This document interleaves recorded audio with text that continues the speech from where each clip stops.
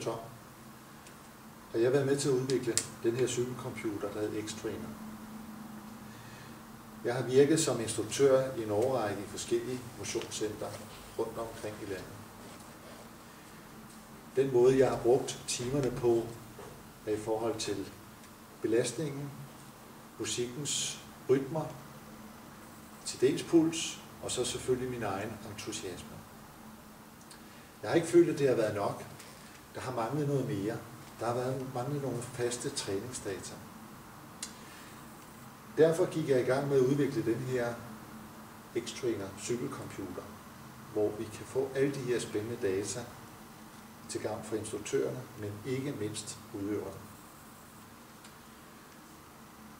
Den her kan vise faktuelle ting, hvordan man kører. Det vil sige, at vi kan se præcis, hvilken kadence vi kører med. Vi kan se, hvor hurtigt vi kører, hvor langt vi har kørt. Vi kan se, hvor meget effekt vi lægger i pedalerne i form af watt og watt-timer. Der ligger pulselement ind. Vi kan se, hvor meget vi træder i pedalerne i form af belastningsniveau. Og så tager den faktisk også højde for, at vi ligger på forskellige handicapniveau. Og det vil sige, at selvom man er en udøver, som ikke har så meget rutine, så kan man godt køre sammen med en som eliteudøver.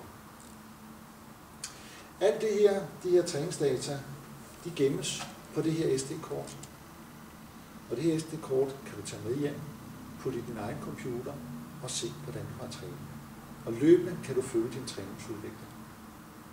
Hvis du føler, at det her det er interessant for dig, så skal du gå ind på www.x-trainer-studier.dk. Så kan du læse noget mere om vores studie i Bagsværd og noget mere omkring X-Trainer. Jeg håber, vi ses. Hej.